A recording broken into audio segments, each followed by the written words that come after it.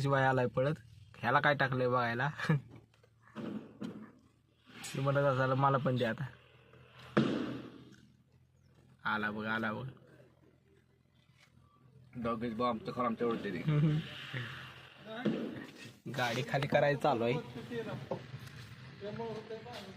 गाडी खाली केली की आपण निवांत बसायचं बघ. आता झोपायचं, एक झोप काढायची, मग अजून बाराय निघायचं. सफरचंद भारी आला. आता सफरचंद बारायचं कुठं हिमाचलला निघायचं. डॉगीशी बाय भ्यायला कशाला भ्यायला, साप बी पाय तिथं. कोणी मटण टाकलंय त्याला. काय हॉटेल नाही काय नाही.